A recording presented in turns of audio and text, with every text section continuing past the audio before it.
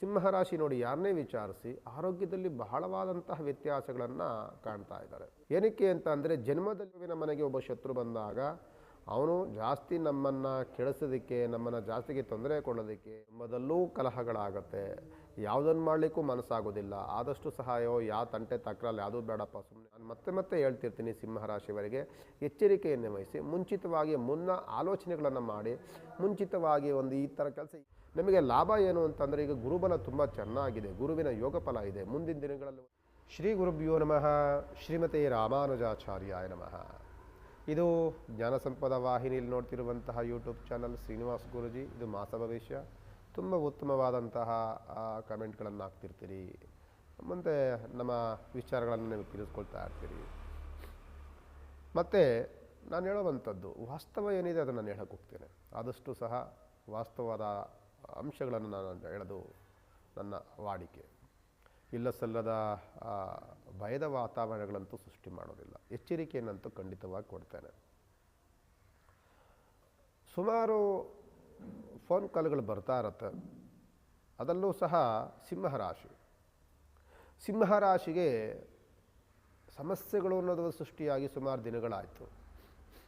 ಬಿಡುಗಡೆ ಆಗಲಿಕ್ಕೂ ಸುಮಾರು ದಿನಗಳು ಬೇಕು. ಈಗಿರುವಂತಹ ವಾತಾವರಣಗಳನ್ನು ನೋಡಿದಾಗ ನೀವು ಸಿಂಹರಾಶಿ ನೋಡಿ ಯಾರನ್ನೇ ವಿಚಾರಿಸಿ ಆರೋಗ್ಯದಲ್ಲಿ ಬಹಳವಾದಂತಹ ವ್ಯತ್ಯಾಸಗಳನ್ನು ಕಾಣ್ತಾ ಇದ್ದಾರೆ. ಆರೋಗ್ಯದ ಬಳಲಿಕೆ ತುಂಬ ಜಾಸ್ತಿ ಆಗ್ತಾ ಇದೆ. ಏನಕ್ಕೆ ಅಂತ ಅಂದರೆ ಜನ್ಮದಲ್ಲಿರುವಂತಹ ಸೂರ್ಯನ ಮನೆಯಲ್ಲಿರುವಂಥ ಕೇತುಗ್ರಹ ಶತ್ರುವಿನ ಮನೆಗೆ ಒಬ್ಬ ಶತ್ರು ಬಂದಾಗ ಅವನು ಜಾಸ್ತಿ ನಮ್ಮನ್ನು ಕೆಡಿಸೋದಕ್ಕೆ, ನಮ್ಮನ್ನು ಜಾಸ್ತಿಗೆ ತೊಂದರೆ ಕೊಡೋದಕ್ಕೆ, ನಮ್ಮ ಬೆಳವಣಿಗೆಯನ್ನು ಕುಂಠಿತಗೊಳಿಸೋದಕ್ಕೆ ಪ್ರಯತ್ನವನ್ನಂತೂ ಖಂಡಿತವಾಗಿ ಮಾಡ್ತಾನೆ. ಅಂಥ ಪ್ರಯತ್ನವನ್ನು ಮಾಡ್ತಿರುವಂತಹ ಗ್ರಹ ಯಾವುದು ಅಂತಂದರೆ ಕೇತುಗ್ರಹ.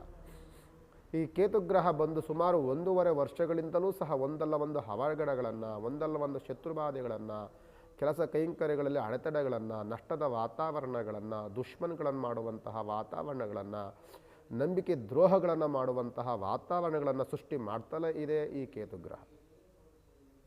ಅದರ ಜೊತೆಯಲ್ಲಿ ಅಷ್ಟಮದಲ್ಲಿರುವಂಥ ಶನಿಗ್ರಹ ಏನು ಮಾಡ್ತಿರ್ತಾರೆ, ಕೋಪದ ವಾತಾವರಣಗಳನ್ನು, ಆತುರದ ನಿರ್ಧಾರಗಳನ್ನು, ಅತಿಯಾದಂಥ ಸೋಂಬೇರಿತನವನ್ನು, ಅಲಕ್ಷ್ಯವನ್ನು, ನಿರ್ಲಕ್ಷ್ಯವನ್ನು ಇದೆಲ್ಲವನ್ನು ತಂದು ಕೊಡ್ತಾ ಇದೆ ಶನಿಗ್ರಹದಿಂದ ನಮಗೆ ಕುಟುಂಬದಲ್ಲೂ ಕಲಹಗಳಾಗತ್ತೆ. ಯಾವುದನ್ನು ಮಾಡಲಿಕ್ಕೂ ಮನಸ್ಸಾಗೋದಿಲ್ಲ. ಆದಷ್ಟು ಸಹಾಯವೋ ಯಾವ ತಂಟೆ ತಕ್ರಲ್ಲಿ ಯಾವುದೂ ಬೇಡಪ್ಪ ಸುಮ್ಮನೆ ಸ್ವಲ್ಪ ನಿದ್ರೆ ಮಾಡೋಣ, ಸ್ವಲ್ಪ ಇವತ್ತು ಮಾಡೋದು ನಾಳೆ ಮಾಡೋಣ ಅನ್ನುವಂತಹ ನಿರ್ಲಕ್ಷ್ಯವನ್ನು ತಂದು ಕೊಡುತ್ತೆ. ಮತ್ತು ಈ ನಿರ್ಲಕ್ಷ್ಯವನ್ನು ಪ್ರಶ್ನೆ ಮಾಡಿದ್ರೆ ಕುಟುಂಬದವರು ಇದ್ದಕ್ಕಿದ್ದಂಗೆ ಕೋಪಗಳನ್ನು ಮಾಡಿಕೊಂಡು ಕುಟುಂಬದಲ್ಲಿ ಕಲಹಗಳನ್ನು ಮಾಡುವಂಥ ವಾತಾವರಣಗಳನ್ನು ಶನಿಗ್ರಹ ಸೃಷ್ಟಿ ಮಾಡ್ತಾರೆ. ಆದ್ದರಿಂದ ಎಚ್ಚರಿಕೆಯನ್ನು ವಹಿಸಬೇಕಾಗ್ತದೆ. ನಾನು ಮತ್ತೆ ಮತ್ತೆ ಹೇಳ್ತಿರ್ತೀನಿ, ಸಿಂಹರಾಶಿಯವರಿಗೆ ಎಚ್ಚರಿಕೆಯನ್ನು ವಹಿಸಿ ಮುಂಚಿತವಾಗಿ ಆಲೋಚನೆಗಳನ್ನು ಮಾಡಿ ಮುಂಚಿತವಾಗಿ ಒಂದು ಈ ಥರ ಕೆಲಸ ಹಿಂಗೆ ಆಗಬೇಕು ಅನ್ನುವಂಥದ್ದು ಒಂದು ನಿರ್ಧಾರಗಳನ್ನು ಮಾಡ್ಕೊಳ್ಳಿ. ಯಾವುದೇ ಅವಘಡಗಳಿಗೆ ಅವಕಾಶಗಳನ್ನು ಕೊಡಬೇಡಿ. ಆದಷ್ಟು ಸೋಂಬೇರಿತನವನ್ನು ಬಿಟ್ಟು ಆದಷ್ಟು ಲವಲವಿಕೆಯಿಂದ ಕೆಲಸ ಅದು ಸಕ್ಸಸ್ ಆಗಲಿ ಫೇಲ್ಯೂರ್ ಆಗಲಿ ಅದು ಬೇರೆ ಪ್ರಶ್ನೆ. ಅದು ಡಿಸೈಡ್ ಆಮೇಲೆ ಮಾಡೋಣ. ಆದರೆ ನಮ್ಮ ಪ್ರತಿನಿತ್ಯ ಮಾಡುವಂಥ ಕೈಂಕರ್ಯಗಳನ್ನಂತೂ ನಮ್ಮ ಪ್ರಯತ್ನವನ್ನು ನಾವು ಯಾವಾಗಲೂ ಮಾಡ್ತಲೇ ಇರಬೇಕು. ನಿದ್ರೆ ಆವರಿಸ್ಕೊಳ್ಳುತ್ತೆ, ನಿದ್ರೆ ಕಡಿಮೆ ಮಾಡ್ಕೊಳ್ಳಿ, ಸೋಂಬೇರಿತನವನ್ನು ಕಡಿಮೆ ಮಾಡ್ಕೊಳ್ಳಿ. ಇವ ಏನು ಮಾಡಿದ್ರು ಪ್ರಯತ್ನ ಮಾಡೋ ಆಗ್ತಾಯಿಲ್ಲ ಅನ್ನೋದನ್ನು ಬಿಟ್ಟು ಪ್ರಯತ್ನವನ್ನು ಮಾಡ್ತಾ ಇರೋಣ. ಕುಟುಂಬಕ್ಕೆ ಆದಷ್ಟು ಸ್ವಲ್ಪ ಗೌರವವನ್ನು ಕೊಟ್ಟು ಕುಟುಂಬದ ಜೊತೆಯಲ್ಲಿ ಸೌಹಾರ್ದತೆಯಿಂದ ನಡ್ಕೊಳ್ಳುವಂಥ ವಾತಾವರಣಗಳಂಥ ಸಿಂಹರಾಶಿ ಅದು ಬೆಳೆಸ್ಕೊಳ್ಬೇಕಾಗ್ತದೆ. ನಮಗೆ ಲಾಭ ಏನು ಅಂತಂದರೆ ಈಗ ಗುರುಬಲ ತುಂಬ ಚೆನ್ನಾಗಿದೆ, ಗುರುವಿನ ಯೋಗ ಫಲ ಇದೆ. ಮುಂದಿನ ದಿನಗಳಲ್ಲಿ ಹೋದರೆ ಆ ಗುರುಬಲವನ್ನೂ ಕಳ್ಕೊಂಡ್ಬಿಡ್ತೀರಿ. ಆದ್ದರಿಂದ ಈ ಗುರುಬಲ ಯೋಗ ಫಲ ಇರೋದ್ರಿಂದ ಏನಾದರೂ ಪ್ರಯತ್ನವನ್ನು ಮಾಡಬೇಕು ಅಂದರೆ ಗುರುಬಲ ಇದ್ದಾಗ ಪ್ರಯತ್ನವನ್ನು ಮಾಡಬೇಡಿ.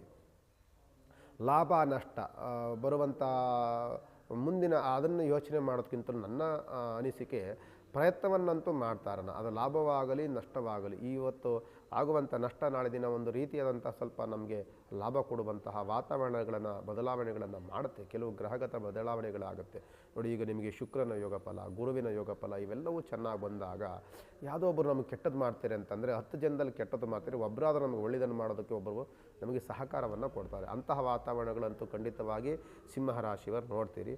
ಆದಷ್ಟು ಸಹ ನಾನು ಹೇಳುವಂಥದ್ದು ಅತಿಯಾದಂಥ ನಂಬಿಕೆ, ಅತಿಯಾದಂತಹ ಫ್ರೆಂಡ್ಶಿಪ್ಪು, ಅತಿಯಾದಂಥ ಸಹಕಾರ ಸಹಯೋಗ, ನಾನೇನೋ ಅವ್ರಿಗೆ ಒಂದು ಎಲ್ಪ್ ಮಾಡಿಬಿಟ್ಟು ನಾನೇನೋ ದೊಡ್ಡವನಾಗ್ತೀನಿ, ನಾನಿಂದ ಅವರೇನೋ ಒಂದು ಪ್ರಶಂಸೆ ಪಡ್ಕೊಳ್ತೀನಿ, ಆ ರೀತಿಯಾದಂಥ ಚಿಂತನೆಗಳನ್ನು ಖಂಡಿತವಾಗಿ ಮಾಡಬೇಡಿ. ನೀವು ಯಾರು ಸಹಕಾರ ಮಾಡ್ತೀರಿ, ಯಾರು ನೀವು ಹೆಲ್ಪ್ ಮಾಡ್ತೀರಿ, ಯಾರು ನಿಮಗೆ ಅತಿಯಾದಂಥ ಆಪ್ತರಾಗಿರ್ತಾರೆ ಅವರೇ ನಿಮಗೆ ಕೊನೆಗೆ ದುಷ್ಮನ್ಗಳಾಗಿ ಅವರೇ ನಿಮ್ಮನ್ನು ತೇಜೋವಧೆ ಮಾಡುವಂತಹ ವಾತಾವರಣಗಳನ್ನು ಖಂಡಿತವಾಗಿ ಮಾಡ್ಬೋದು. ಯಾಕೆ ಅಂತಂದರೆ ಮಿತ್ರನೂ ಶತ್ರುನಾಗ್ತಾನೆ, ಶತ್ರುವು ನಮಗೆ ದುಶ್ಮನಾಗ್ತಾನೆ. ಆದ್ದರಿಂದ ಸ್ವಲ್ಪ ಎಚ್ಚರಿಕೆಯನ್ನು ವಹಿಸಿ. ಈ ಕೇತುಗ್ರಹಣವನ್ನು ಬದಲಾವಣೆ ಆಗುವವರೆಗೂ ಸಹ ನಾವು ಸ್ವಲ್ಪ ಕಂಟ್ರೋಲ್ ಇರೋವಂಥದ್ದು ಉತ್ತಮ ಅಂತ ನಾನು ಈ ಸಂದರ್ಭದಲ್ಲಿ ಹೇಳ್ತೀನಿ. ರಾಶ್ಯಾಧಿಪತಿಯಾದಂಥ ರವಿಗ್ರಹ ಆದಷ್ಟು ಸಹ ನಾನು ಆಗಲೇ ಹೇಳಿದೆ, ಶನಿಗ್ರಹ ಬಂದಾಗ ಅತ್ಯಂತ ನಿದ್ರೆ ಆವರಿಸ್ಕೊಳುತ್ತೆ, ಸೋಂಬೇರಿತನ ತಂದುಕೊಡುತ್ತೆ ಅಂತ. ಈ ರವಿಗ್ರಹ ಇರೋದ್ರಿಂದ ನೀವು ಆದಷ್ಟು ಸಹ ಸೂರ್ಯೋದಯಕ್ಕಿಂತ ಮುಂಚಿತವಾಗಿ ಇದನ್ನು ಅಭ್ಯಾಸ ಮಾಡ್ಕೊಳ್ಳಿ. 6 ಗಂಟೆ 6:30 ಒಳಗಡೆ ಎದ್ದೇಳೋದನ್ನು ಅಭ್ಯಾಸ ಮಾಡ್ಕೊಳ್ಳಿ. ನಿಮಗೆ ಅದು ಒಂದು ರೀತಿಯಾದಂತಹ ರಕ್ಷಣೆಯನ್ನು ಮಾಡುತ್ತೆ ಮತ್ತು ಉತ್ತೇಜನವನ್ನು ಕೊಡುತ್ತೆ ಮುಂದಿನ ಈ ದಿನದ ಕೆಲಸ ಕೈಂಕರ್ಯಗಳಿಗೆ ಅಂತ ಹೇಳ್ತಾ, ರವಿಯ ಉಪಾಸನೆ ಅತ್ಯಂತ ಅವಶ್ಯಕ. ರವಿಯ ಉಪಾಸನೆ ಮಾಡಬೇಕು ಹೆಂಗೆ ಗುರುಗಳೇ ಅಂತಂದರೆ, ಹರಿಹರ ದೇವಸ್ಥಾನ, ಶಿವ ಮತ್ತು ವಿಷ್ಣು ಇರುವಂಥ ಒಂದೇ ದೇವಸ್ಥಾನದಲ್ಲಿ ಎರಡು ದೇವರುಗಳಿರಬೇಕು. ಅಂಥ ದೇವಸ್ಥಾನಗಳಿಗೆ ಹೋಗಿ ಪ್ರಾರ್ಥನೆ ಮಾಡ್ಕೊಳ್ಳಿ. ನಮ್ಮ ಕ್ಷೇತ್ರದಲ್ಲೂ ಸಹ ಇಲ್ಲಿ ಹರಿಹರ ಕ್ಷೇತ್ರ ಇದು, ನಮ್ಮ ಕ್ಷೇತ್ರದಲ್ಲೂ ಶಿವನೂ ಇದ್ದಾನೆ, ಮಹಾವಿಷ್ಣು ಇದ್ದಾರೆ. ಇಂಥ ದೇವಸ್ಥಾನಗಳು ಬಂದು ಪ್ರಾರ್ಥನೆ ಮಾಡ್ಕೊಳ್ಳಿ, ಒಳಿತಾಗುತ್ತೆ.